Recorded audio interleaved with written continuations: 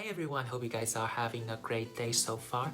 Today I would like to hop on and talk about the condition that affects many people's hands a lot, which is arthritis to the thumb. Did you know that the thumb is actually one of the top 5 joints of the human body that can have arthritis? If you really think about it, it's really not that surprising because we are using our thumb to do almost everything. When we manipulate any tools, use any tools picking up objects, holding something, pretty much whenever we use anything in the hand, we are using our thumbs. And then if you dip deeper into that, you will know that whenever somebody is losing their thumb or having some sort of thumb injury, that it can be considered as a much more severe type of disability compared to losing any other fingers. So just with that, we know that the thumb is very important in terms of functional use of our hand upper extremity, but then thumb injuries can also be very debilitating. And then because of the very frequent use of the thumb, it's also set up to have arthritis much more easily. And so today I would like to show the top 3 tips as an occupational therapist to you guys to prevent thumb arthritis from happening. The first thing I would like to talk about is the muscles deep down in the web space. A lot of time, because we are holding the tools, gripping onto a lot of different things, we might have a very firm grip. And then by using that firm grip for a very long time, we will develop a lot of muscle tightness, especially at the web space. And then, just to be more specific, it's called the adductor pollicis, which is the muscles pulling the thumb into the hand. That muscle tends to be tight just because of us doing a lot of gripping. And then the first tip to relieve that muscle tension right there can often ease off the pressure to the thumb. And then the very simple way to do that, you can use a clothespin. You find your web space. When you palpate and you put your finger there, you usually will find a tender spot right there. Once you find that tender spot, remember where that is. You use a clothespin and then put it in. And make sure you see what I do. I put a clothespin very, very deep down there. If you make it too light or make it too far out, it's pinching only at the skin. It doesn't feel very comfortable and it's not very effective in terms of relieving the muscle tension. You want to really go very deep in, find the tender spot right there, and then you put the clothespin all the way in so the pressure will be on the muscle belly.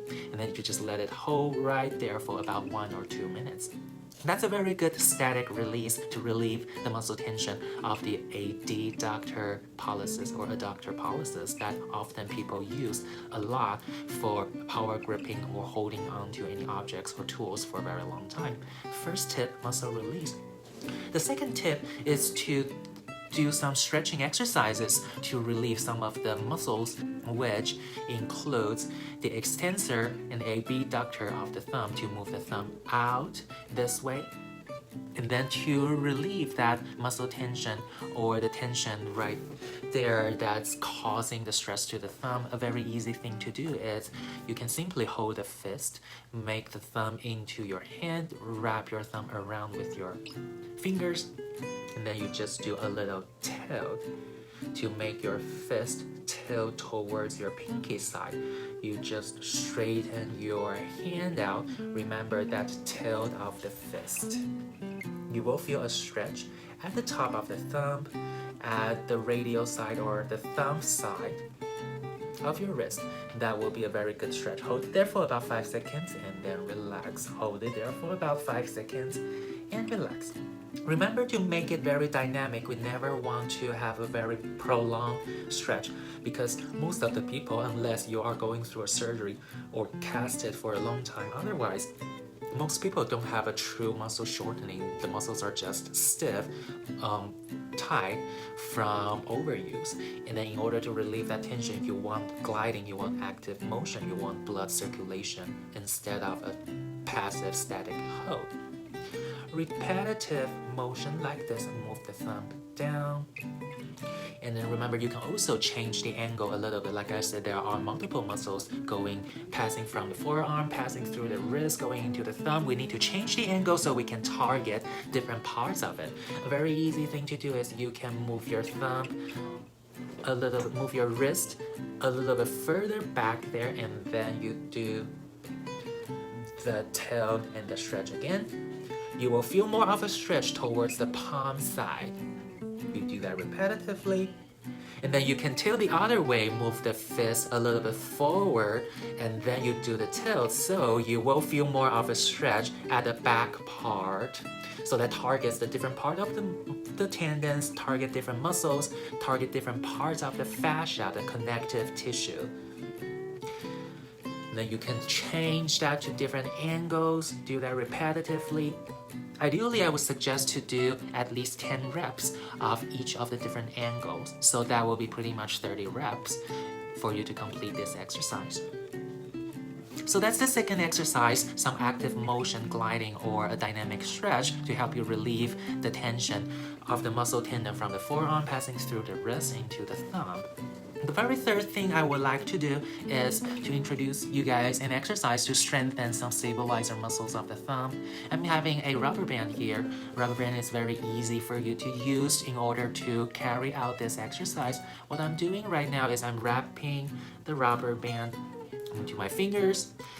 All 4 fingers are put into the loop like that. And now I'm moving my thumb to my pinky side. By doing that, I'm activating the thenar eminence right here to stabilize the thumb joints.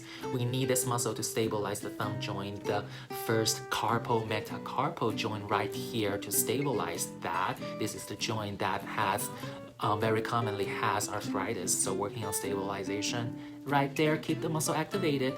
And then we work on elevating the index finger moving away from the middle finger, and that is working on activating some of the intrinsic muscles, or the first dorsal interosseous muscle, which is intrinsic within the hand, which is also a very important thumb stabilizer muscles.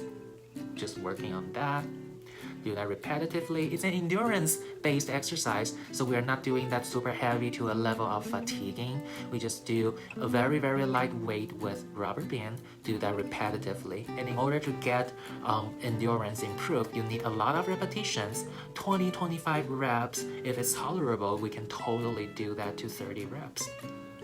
So that, make sure when I'm doing this, only the index finger is moving up, nothing else is moving. A very isolated exercise to work on thumb stability, very, very specific. So this is the third tip, which is a stabilization exercise for the thumb. So we shared about 3 tips today for the thumb. The first one is a release using the clothespin. The second one is a stretching exercise. Remember the different angles for different muscles. And then the third one using the rubber band to work on improving the endurance of the stabilizer muscles of the thumb.